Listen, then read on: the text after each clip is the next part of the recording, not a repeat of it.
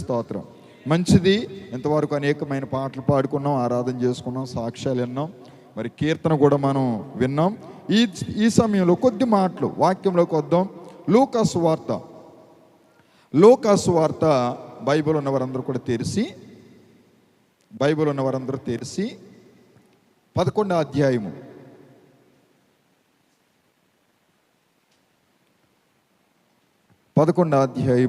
ఈరోజు కూడా కొన్ని మాటలు మనము జ్ఞాపం చేసుకుందాం.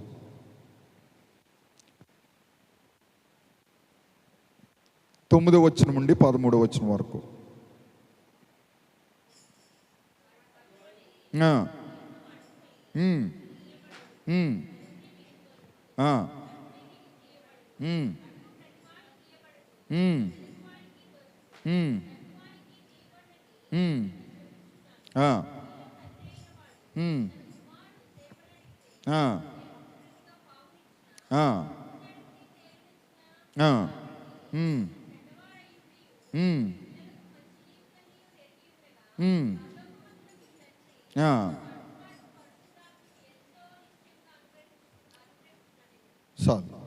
ప్రియమైన సంగమా, ఈ వాక్యము మత్తయి సువార్తలో కూడా ఉంది. దానికి దీనికి తేడా ఏంటంటే, మత్తయి సువార్తలో మత్తయి గారు రాసినటువంటి మాటకును లూకా ప్రవక్త గారు రాసినటువంటి మాటకును తేడా ఏంటనంటే, ఇక్కడ పరిశుద్ధాత్మను గూర్చి రాశాడు. దేవునికి స్తోత్రం. అక్కడ పరిశుద్ధాత్మను గూర్చి రాయలా. ప్రియమైన దోషంగా మనకు కావాల్సిన మాటలు ఏంటనంటే, అంటాడు ఆయన, అడుగుడి, వెదుకుడి, తట్టుడి. 3 మాటలు రాయించుంచాడు. అడుగుడి, వెదుకుడి, తట్టుడి. ఈ మాటలు యేసు ప్రభువారే తన ప్రజలైనటువంటి ఇశ్రాయేలు ప్రజలను ఉద్దేశించి మాట్లాడాడు. ఆయన, మనం లోకములో ఉన్నాం. లోకములో మానవుడు బ్రతకడానికి అన్నీ అవసరమే. ఏది అవసరం లేదు చెప్పండి? అన్నీ అవసరమే. అయితే యేసు ప్రభు యొక్క ఉద్దేశం ఏంటనంటే, మత్తయి సువార్తలో 7వ అధ్యాయం అనుకుంటున్న ఆఖరిలో చెప్తాడు, అన్యులు అడుగుతారు అవన్నీ కూడా లోకంలో బ్రతకడానికి, తినడానికి, తిరగడానికి, విలాసవంతమైనటువంటి అవసరతల కొరకు వాళ్ళు అడుగుతారు. అవి మీరు ఏం అడగండి, అవి మీకు అవసరమని పరలోకపు తండ్రికి మీకు తెలుసు. కానీ మీరేం అడగలేనంటే, మొదట నా నీతిని, నా రాజ్యాన్ని వెతకండి, మీకేది అవసరం అన్నీ దేవుడే ఇస్తాడు. అంటే ఏది అడగొద్దు అన్నాడు? ఏం అడగమన్నాడు? ఇహలోక సంబంధమైన వాటిని అడగొద్దు, మీరు అడగకపోయినా నేను అన్ని ఇస్తాను, కానీ మీరు ఏం అడగాలనంటే మొదట నా నీతిని, నా రాజ్యాన్ని, దాన్ని గూర్చే వెతకండి, దాన్నే అడగండి అన్నాడు ఆయన. దేవునికి స్తోత్రం. ఇక్కడే కూడా ప్రియమైన దోషంగా మనం ఆలోచన చేస్తే, అడుగుడి, వెదుకుడి, తట్టుడి అని రాస్తుంది.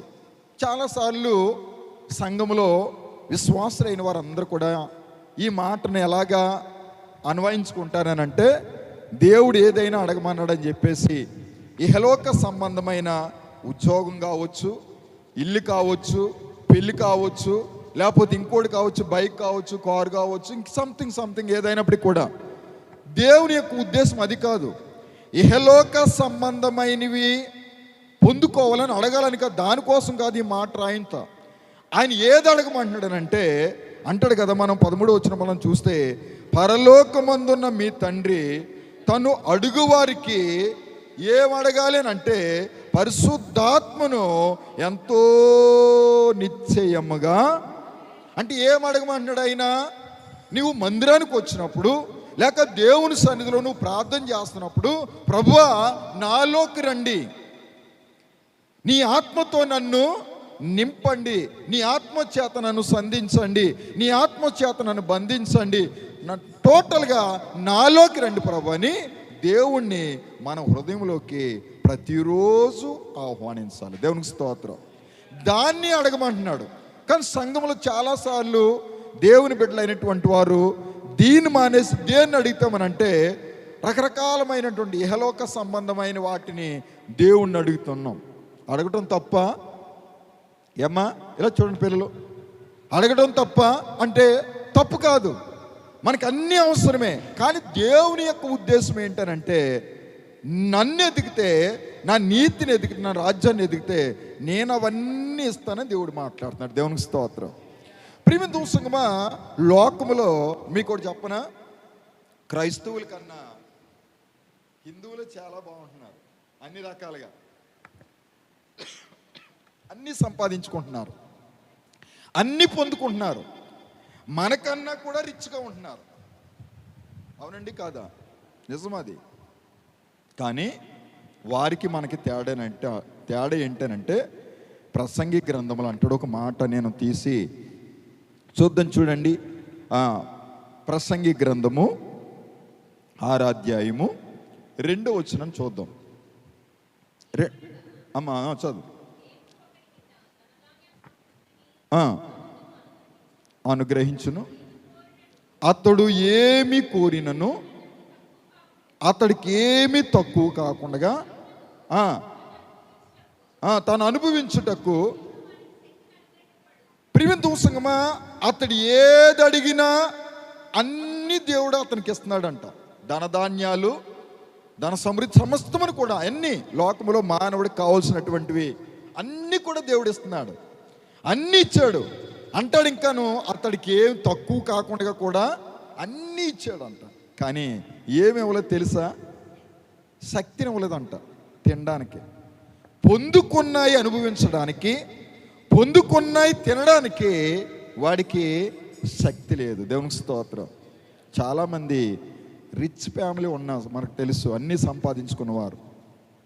కానీ మనకలాగా బిర్యానీలు, మనకలాగా నాన్ వెజ్ ఇవన్నీ కదండి మనం తింటాం కదా, టైం లేకుండా, సంబంధం లేక రకాలుగా అన్నీ. వాళ్ళు అలా తినడానికి లేదు. దేవునికి స్తోత్రం. వాళ్ళ ఫుడ్ ఏంటో చెప్పనా? రాగి జావా, గంటలు అన్నం, ఇలాగా రొట్టెలు ఉంటాయి కదా, చపాతీలు, పులకాలు. ప్రియమైన దూసంగమా, దేవుడు అన్నాడు అన్నీ ఇచ్చాడంట, కానీ ఏమివ్వలేదంట. ప్రియమైన దూసంగమా, ఇహలోకములో అన్నీ సంపాదించుకున్నా తినడానికి కూడా ఏముండాలి? దేవునికి స్తోత్రం చెప్పండి. అందుకే అంటున్నాడు, వాక్యంలో కూడా రాయించుంచాడు. ఒక ధనవంతుడి గురించి రాయించి, ఆడు అన్ని సంపాదించుకున్నాడు. ధాన్యము, ధనము, బంగారము అన్నీ సంపాదించుకున్నాడు. ఒక రోజు వెళ్ళి ఆ కొట్లకాడికి వెళ్ళి తన ప్రాణంతో అనుకుంటున్నాడంట, నా ప్రాణమా, నువ్వు అనేక సంవత్సరాలు కూర్చుని తిన్నా తరగనటువంటి ఆస్తి నీ కొరకు నేను సమకూర్చని, చూడు, తిను, త్రాగు, సంతోషించు అని అంటున్నాడు. దేవునికి స్తోత్రం. దేవుడు కోపం వచ్చింది. దేవుణ్ణి కాదని దేవుణ్ణి పక్కన పెట్టి అన్నీ సంపాదించుకున్నాడు. అమ్మ వింటున్నారన్న మాటలు. కానీ ఆ రాత్రే ఆడు హెచ్చించుకున్నటువంటి ఆలోచించి ఆ రాత్రే తన ప్రాణాన్ని పోగొట్టేసుకున్నాడు. దేవునికి స్తోత్రం. ఏమన్నా ప్రయోజనమా అమ్మా? ప్రియమైన దూషణం. అందుకే దేవుడు అంటున్నాడు, ఇహలోకములో నీకు కావాల్సినవన్నీ నేను ఇస్తాను, కానీ నువ్వు మొదట వెతకవలసింది, మొదట అడగవలసింది, మొదట తట్టవలసింది ఏంటనంటే నా సన్నిధిని వెతకండి అంటున్నాడు. దేవునికి స్తోత్రం. హల్లెలూయా. ప్రియమైన దూషణమా, అవన్నీ నేను ఇస్తాను, కానీ మీరేది అడగాలనంటే అంటున్నాడు ఆయన 13వ వచనంలో, పరలోకమందున్న మీ తండ్రి తన్ను అడుగువారికి పరిశుద్ధాత్మను ఎంతో. ఎందుకు పరిశుద్ధాత్మను అడగమన్నాడు ఆయన? వాక్యంలో రాసి ఉంటుంది, నా ఆత్మ లేనివాడు, ఏటమ్మా, నా ఆత్మ లేనివాడు నావాడు కాదు అన్నాడు ఆయన. అందుకే దేవుడు అంటాడు పొందుకోవాలని. దేవుని ఆత్మను పొందుకుంటే ఎన్నో ప్రయోజనాలు ఉన్నాయి. దేవునికి స్తోత్రం. అన్నీ అది ఉన్న దేవుని ఆత్మ మనలో ఉందనుకోండి, పరిశుద్ధాత్మ దేవుడు మనలో ఉన్నాడు అనుకోండి, అన్నీ మన సొంతమే. దేవునికి స్తోత్రం. యోహాను భక్తుడు అంటాడు,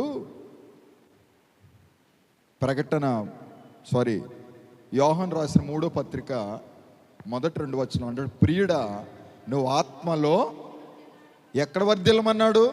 ఉద్యోగంలో కాదు, వ్యాపారంలో కాదు, కుటుంబంలో కాదు, ఎక్కడ ఆలోచన చేస్తే ఆత్మలో వర్ధిల్లు అన్నాడు. ప్రియుడా, నువ్వు ఆత్మలో వర్ధిల్లుచున్న ప్రకారము అన్ని విషయాలు కూడా ఏమవుతాయి? అటు వ్యాపారము, ఇటు ఉద్యోగము, ఇటు కుటుంబము, అటు ఆర్థికంగాను, ఇటు ఆరోగ్యపరంగాను అన్ని రకాలుగా వర్ధిల్తామంట. దేవునికి స్తోత్రం. నీవు ఆత్మలో వర్ధిల్లేదనుకోండి, భక్తిలో వర్ధిల్లేదనుకోండి, ఇవన్నీ కూడా వర్ధిల్లవు. దేవునికి స్తోత్రం. సీక్రెట్, దేవుని బిడ్డలకు దేవుడు ఇచ్చేటువంటి సీక్రెట్ ఏంటనంటే, ముందు భక్తిలో ఎదగమంటున్నాడు ఆయన, ఆత్మలో ఎదగమంటున్నాడు. నువ్వు ఎదిగితే నేను అన్నీ ఇస్తాను అంటున్నాడు. దేవునికి స్తోత్రం. అన్నీ బాగుంటాయి అంటున్నాడు. మనం ఏం చేస్తామంటే దేవుని పక్కన పెట్టి, దేవుని ఆత్మను పక్కన పెట్టి, దేవుని సన్నిధిని పక్కన పెట్టి ఇవన్నీ కోరుకుంటుంటాం. అందుకే అంటాడు, తీయండి యాకోబు రాసిన పత్రికలో ఒక మాట మనకి జ్ఞాపం చేసుకుందాం. యాకోబు రాసినటువంటి పత్రిక 4వ అధ్యాయము 3వ వచనం. 4వ అధ్యాయము అమ్మా మళ్ళీ చదువమ్మా. మీరు అడిగినను మీ భోగాలు నిమిత్తము మీరు వినియోగించుకోవడానికి, వాడుకోవడానికి మీరు దురుద్దేశముతో అడుగుతున్నారు కనుక మీరేది పొందుకోవట్లేదు అంటాడు. ఏ ఉద్దేశం అమ్మా? అందరూ చెప్పాలి. ఏ ఉద్దేశము? దురుద్దేశముతో అడుగుతున్నారంట. అంటే ఇహలోక సంబంధమైనవి దేవుని దగ్గర అడగటం దేవునికి ఎలాగ అనిపించింది అంటే దురుద్దేశం. మరి ఏ ఉద్దేశంతో అడగాలి? ఏ ఉద్దేశంతో అడగమంటున్నాడు? పోనీ మంచి ఉద్దేశంతో అడిగేటువంటివి ఏవి? పోనీ ఇవన్నీ కూడా దురుద్దేశం అనుకోండి. ఉద్యోగం, ఇల్లు, పెళ్ళి కదా, బైకు, ఫ్రిడ్జ్, ఇవన్నీ కూడా దురుద్దేశం అనుకుందాం. ఇహలోక సంబంధమైనవి, మానవుడికి కావాల్సినవి. మరి మంచి ఉద్దేశంతో అడిగేవి ఏవి ఉన్నాయి? ఎనీబడి? నేను చెప్పనా? మీరందరూ మంచివాళ్ళు. దేవునికి ఇష్టమైనది ఏంటో తెలుసా? ప్రభా, ఇదిగో నాయన, ఈ సంవత్సరంలో ఒక ఆత్మనైనా నేను అమ్మా నీ కొరకు నేను నడిపించాలి, నీ కొరకు నేను రక్షించాలి. అది మంచి ఉద్దేశం, దేవునికి ఇష్టమైంది. ప్రభా, ఇదిగో నీ సన్నిధిలో సమయానికి నేను ప్రభా నీ సన్నిధిలో కనపడాలి అని ఎవరైతే సిద్ధపడుతున్నారో అది మంచి ఉద్దేశం. నన్ను అలా సిద్ధపరచు ప్రభా. ఇదిగో ప్రభా, నీ సన్నిధిలో, నీ సంఘములో నేను పరిచారకురాలుగా ఉండాలి ప్రభా, నన్ను అలాగా వాడుకో ప్రభా అని ప్రార్థించి, అది మంచి ఉద్దేశం. తండ్రి, ఇదిగో నాయన, ఒక్కరికైనా నేను సువార్త చెప్పాలి ఈ నెలలో, అలా నన్ను వాడుకో ప్రభా, అది మంచి ఉద్దేశంతో కూడిన ప్రార్థన. దేవునికి స్తోత్రం. అలాగ అడుగుతున్నామా? అలా కాకుండా దేవునికి ఇష్టమైనది, దేవునికి నచ్చింది అలాగ అడగకుండా మనం ఏది అడిగినా అది దురుద్దేశమే. అందుకే అంటాడు, మొదట నా నీతిని, అంటే ఏంటి అర్థము? దేవునికి ఇష్టమైనది మనం చేసిన ఎడల దేవుడు అన్నీ ఇస్తాడు. దేవునికి స్తోత్రం. హల్లెలూయా. చూడండి, ఇంకొక మాటల కొద్ది మనం చూద్దాం. చూడండి, యోహాను రాసినటువంటి మొదటి పత్రిక 3వ అధ్యాయము 22వ వచనం.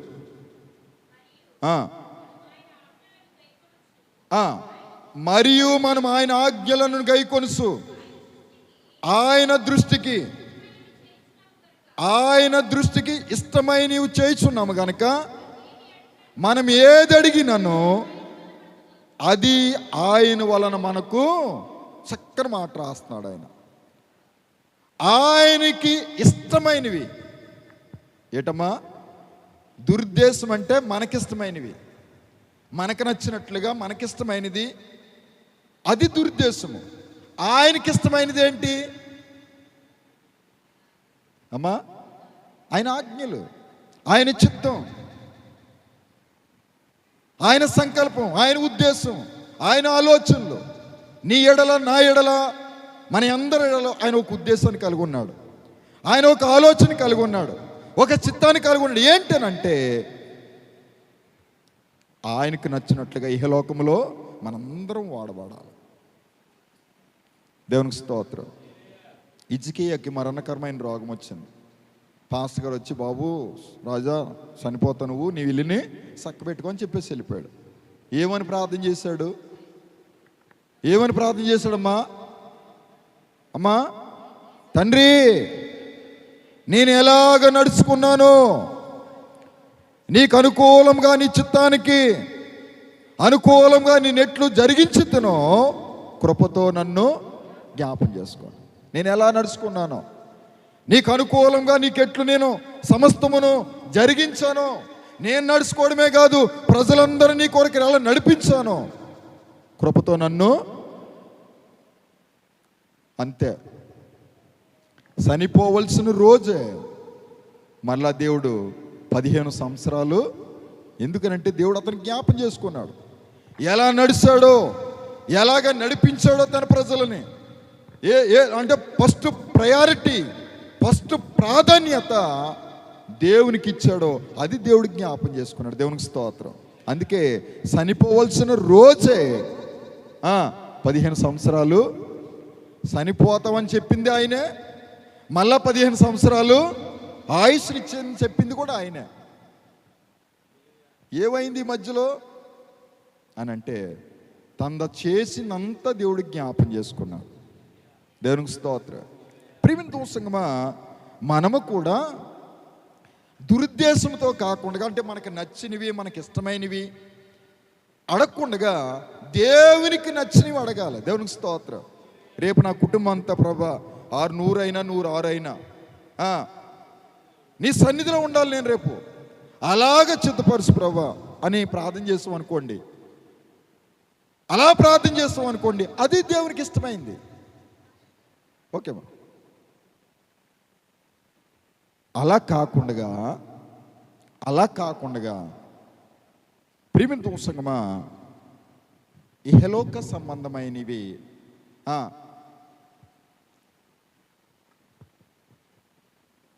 ఎలీసా సేవ చేస్తుంటే గెహాజీ అనేటువంటి శిష్యుడు ఇహలోక సంబంధమైన వాటి కొరకు పరిగెట్టాడు. ఏం చేశాడమ్మా? ఇహలోక సంబంధమైనటువంటి వాటి కొరకు పరిగెట్టి ఏం ఎరగనట్టుగా మరలా వచ్చి సన్నిధిలో కూర్చున్నాడు. ఏం ఎరగనట్టుగా వచ్చి కూర్చున్నాడు. పాస్టర్ గారు అంటున్నారు, గెహాజీ, నీవు వెళ్ళిపోతున్నటప్పుడు నా ఆత్మ, నా మనస్సు నీతో కూడా రాలేదా అన్నాడు. అంటూ ఏమన్నాడు తెలుసా?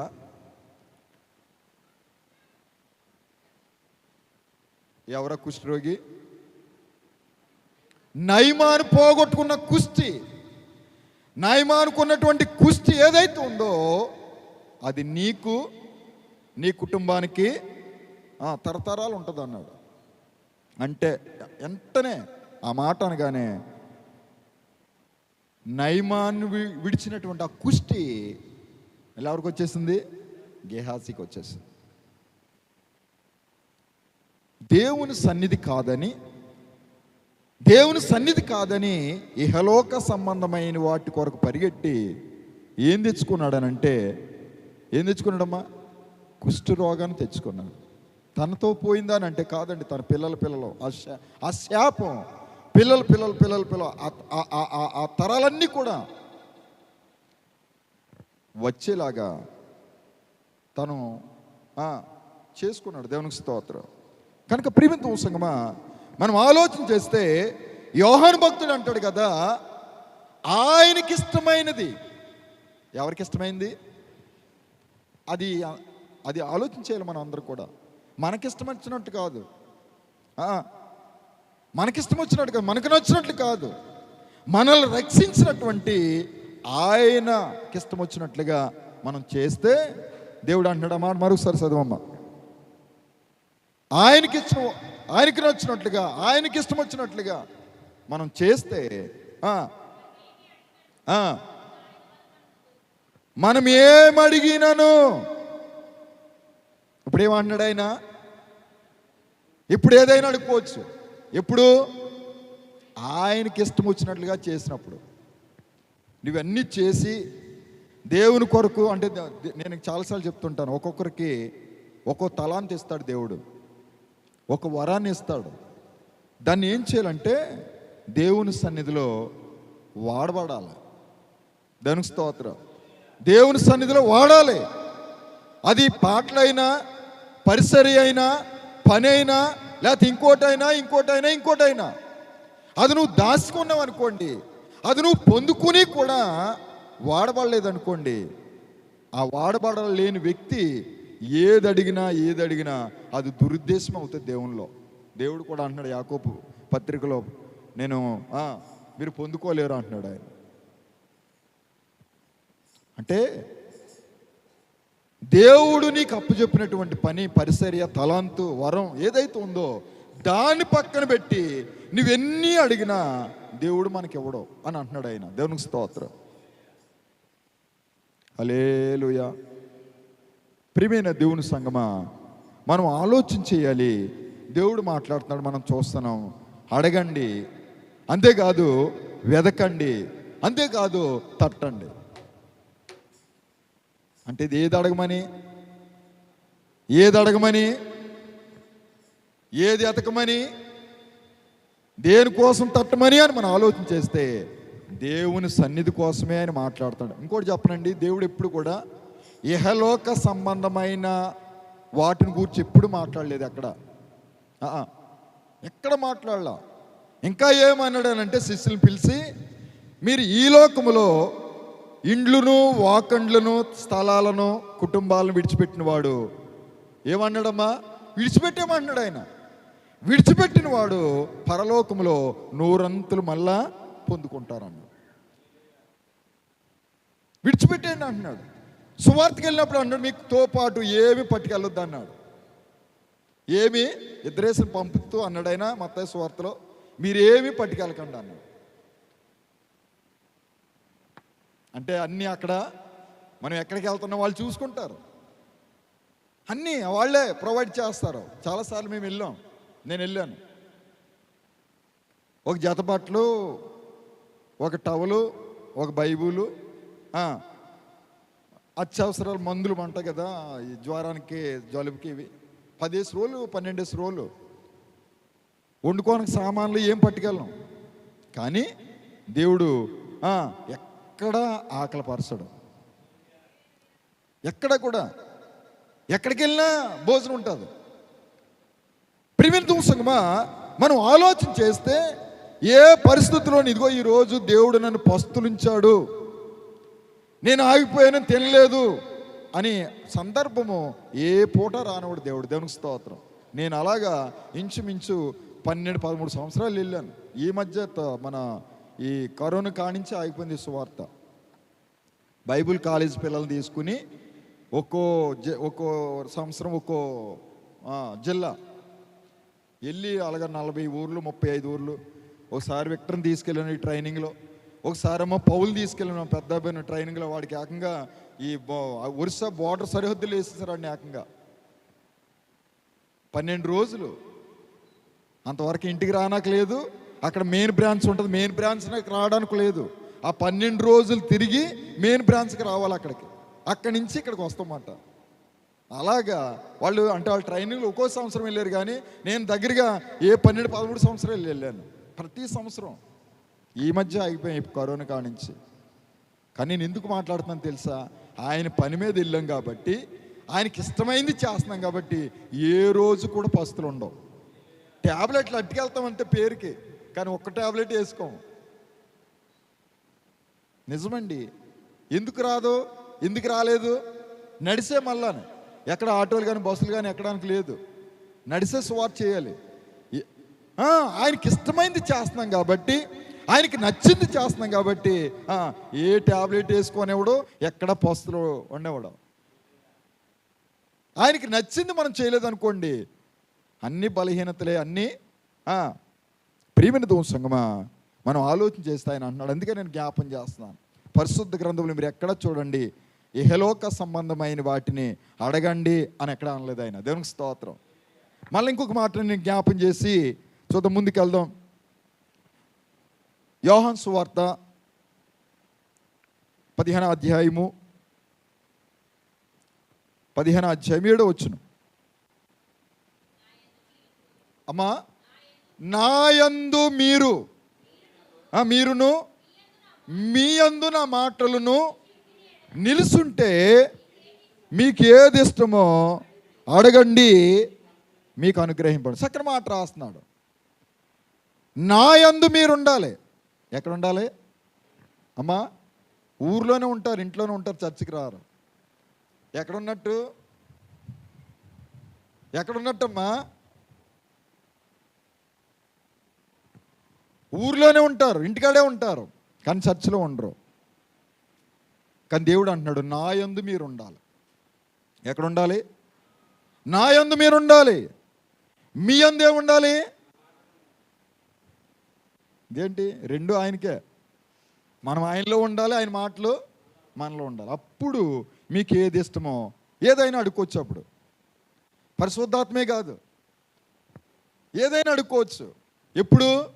ఆయనలో మనం ఉండాలి. ఆయనలో మనం లేకుండగా, ఆయన మాటలు మనలో లేకుండగా ఏది అడిగినా అది దురుద్దేశమే అవుతుంది. దేవునికి స్తోత్రం. దేవుడు కూడా ఇవ్వడం. ముందు ఆయన నా యందు మీరు ఉండాలి. ఎక్కడ అంటాడు? ఎబ్రిల్ రాసిన పత్రిక 6వ అధ్యాయం అనుకుంటాను. ఆ విశ్రాంతులకు ప్రవేశించుటకు జాగ్రత్త పడండి అంటాడు. ఎబ్రిల్ రాసిన పత్రిక కనపడదమ్మా? 6వ అధ్యాయము అనే ఒక ఆలోచన.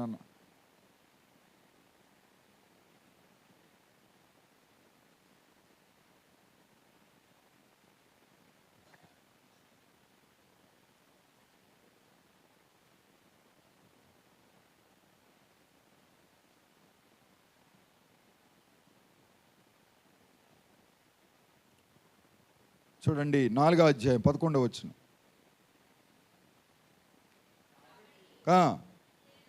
కాబట్టి అవిధేయత వలన వారు పడిపోయినట్లుగా మనలో ఎవడో పడిపోకుండా ఆ విశ్రాంతిలోకి ప్రవేశించుటకు ఏం పడాలంటమ్మా?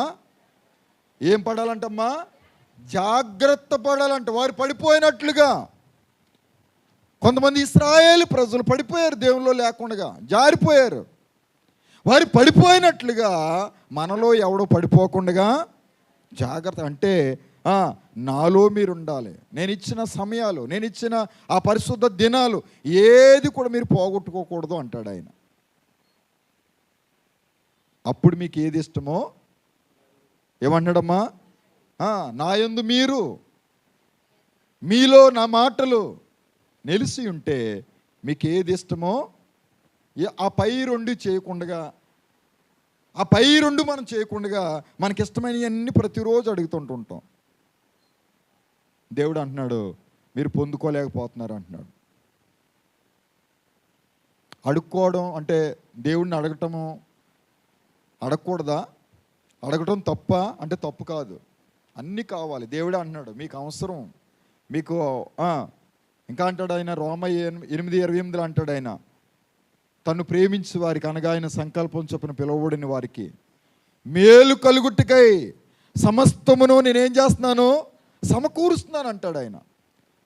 మేలు కలుగుటానికి మనకి ఏదైతే అవసరమో ఈ లోకంలో బ్రతకడానికి, తినడానికి, పోషించబడడానికి, జీవించడానికి ఏదైతే అవసరమో అన్నీ ఆయన ఇస్తున్నాడు. ఆయన హల్లెలూయా అని ఇవ్వనని అంటలా. అలాగని చెప్పితే అడగొద్దని కూడా అంటలా. కానీ అడగడానికి ముందు కొన్ని షరతులు పెట్టాడు ఆయన. నా యందు మీరుండాలి, మీలో నా మాటలు ఉండాలి. దావీదు అంటాడు ఎక్కడో కీర్తన గ్రంథంలో, దేవా నా హృదయంలో నీ మాటలు దాచుకున్నాడు చేత నేను దారి తొలగిపోలేదు అంటాడు. ఎక్కడ దాచుకున్నాడంట? అమ్మా, నా హృదయంలో దాచుకునే నీ మాటలు, కాబట్టి నేను దారి తొలగిపోలేదు అంటాడు. దేవునికి స్తోత్రం. నీ వాక్యమే నా పాదములకు దీపము, అది నా త్రోవకు వెలుగు. చక్కని మాట. అంటే ఎక్కడ దాచుకున్నాడు? దేవుని మాటలు ఎక్కడ ఉన్నాయి? ఆయనతోనే ఉన్నాయి, ఆయనలోనే ఉన్నాయి. కనుక ప్రియమైన సంగమా, ఏది అడగాలి అని అంటే దేవునికి ఇష్టమైంది మనం చేసినప్పుడు, దేవుని మాటలు నీలో ఉన్నటప్పుడు మనకిష్టమైంది అడిగితే దేవుడు అన్నీ ఇస్తాడు. దేవునికి స్తోత్రం. అలా కాకుండా దేవుని సన్నిధిని పక్కన పెట్టేసి దేవునికి దూరం అయిపోయి నీవేది అడిగినా కూడా అది మంచి ఉద్దేశము కాదు అని దేవుడు తేటగా సూటిగా ప్రతి ఒక్కరితో మాట్లాడుతున్నాడు ఆయన. దేవునికి స్తోత్రం. మరి ఇక్కడ ఎందుకు పరిశుద్ధాత్మని ఎందుకు అడగమన్నాడు ఆయన? పరిశుద్ధాత్మని నేను అడిగితే ధారాళంగా నేను ఇస్తాను ఎందుకు అన్నాడు ఆయన అని మనం ఆలోచన చేస్తే, దేవుడే మనతో ఉంటే అన్నీ సాధ్యమే. దేవుడు మనతో ఉంటే అన్నీ ఉంటాయి. దేవుడు అందుకంటారు, నాకు వేరుగా ఉండి నువ్వు ఎడబాటుగా ఉండి నువ్వేమీ సాధించలేవు అన్నాడు ఆయన. కొన్నిసార్లు కోపగించి దేవుని మీద దూరంగా ఉంటుంటాం, ఎడబాటు చేస్తూ ఉంటాం. మనకున్న బిజీని బట్టి, మనకున్న పరిస్థితులను బట్టి, మనకున్న పనిని బట్టి, మనకున్న ఒత్తిడిని బట్టి, మనకున్న అనారోగ్యాలను బట్టి దేవుని కొంచెం పక్కన పెడుతుంటుంటాం. దానివల్ల చాలా నష్టం. ఈరోజు ఒక ఆదివారం మానేసామంటే దానికి తగినటువంటి పరిణామం కంపల్సరీ ఉంటుంది. అందుకే అంటాడు ఆయన ప్రవక్తతో, నాకు రావాల్సిన ఘనత, నాకు రావాల్సిన మహిమ ఏమైంది అంటాడు. ఏమైంది? కుష్ఠరోగులను అన్నాడు, ఇదిగో నువ్వు ఒక్కడే వచ్చావు, నువ్వు ఒక్కడే స్వస్థత పొందుకున్నావా? మిగతా 90 అమ్మా ఏమన్నాడు? ఎక్కడా? ఎందుకు అడిగాడు ఆ 90 వాళ్ళు రాలేదంట, మళ్ళీ స్వస్థత పొందుకొని అక్కడి నుంచి అలాగే వెళ్ళిపోరు ఊర్లోకి. కానీ దేవుడు అడుగుతున్నాడు, ఇదిగో మిగతా వాళ్ళు 90 అంటే ఎందుకు అడిగి ఉంటాడు ఆయన? మరలా వచ్చి ఆయనకు కృతజ్ఞతాస్తుతులు చెల్లించాలి. దేవునికి స్తోత్రం. హల్లెలూయా. మోషే అంటాడు మార్కు సువార్తలో, నువ్వు స్వస్థత పొందుకున్నావా? పొందుకుంటే మోషే ఆజ్ఞాపించినట్లుగా కానుక సమర్పించాలంటాడు. అంటే కానుకిచ్చి కూడా స్వస్థత పొందుకున్నవాడు కృతజ్ఞతాస్తుతులు చెల్లించాలి. అక్కడ 90 ఎందుకు అడిగానంటే, తిరిగి వచ్చి వాళ్ళు స్వస్థత పొందుకున్నందుకు కృతజ్ఞతాస్తుతులు చెల్లించలేదు. ఈరోజు ప్రియమైన దేవుని సంగమా, ఎవరైతే ఆయన నామములో బాప్తీసం తీసుకున్నారో, వారు ప్రజలుగా మార్చబడ్డారో, వారందరూ కూడా దేవునిలో ఉండాలి. దేవునికి స్తోత్రం. అందుకే అన్నాడు, మీరు సర్వలోకానికి వెళ్ళండి అన్నాడు. మళ్ళా అన్నాడు, మీరే నాకు భూదిగంతముల వరకు మీరే నాకు సాక్షులు అన్నాడు. లోకమంతటి కూడా మనమే సాక్షులం. మనమే ఆయన ఆరాధించాలి, మనమే ఆయన కనపరచాలి, మనమే ఆయన కీర్తిని ప్రసరించాలి. ఇంకా బయట వాళ్ళు రారు. కాబట్టి నేను ముగిస్తూ ఉన్నాను. ప్రియమైన దేవుని సంగమా, ఏది అడగాలి, ఏది వెదకాలి, ఏది తట్టాలని అంటే ముందు దేవుని సన్నిధిని వెదకాలి. దేవునికి స్తోత్రం. కీర్తన గ్రంథములు అంటాడు ఆయన. మనం చూసినట్లయితే 105వ కీర్తన చూడండి, 2-3 వచనాల్లో ఉంటాయి చూడండి. మొదట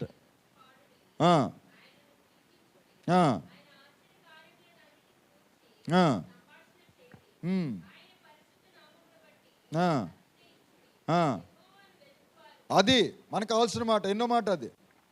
3వదే, యెహోవాను వెతుక్కువారు హృదయమందు సంతోషిస్తారంటే ఏం వెతుక్కోవాలి ఇప్పుడు? అంటే ఎవరిని ఎతకాలని చూడండి, ఏమని రాసి ఉంది దాంట్లో? ఇది దేవుని ఎతకడం ఏంటి అమ్మా? ఆయనే ఎత్తుక్కుంటా ఈ లోకానికి వచ్చాడు మనల్ని. ఇప్పుడు మనల్ని ఏమన్నాడు ఆయన? మనము ఆయన ఎతకాలంట. ఎక్కడ దొరుకుతాడు ఆయన? ఎక్కడ దొరుకుతాడండి? ఎక్కడెక్కడో ఎదుగుతున్నారు. పరమగీతాల్లో ఉంటుంది, నా ప్రియుడును నేను వెతికి తిని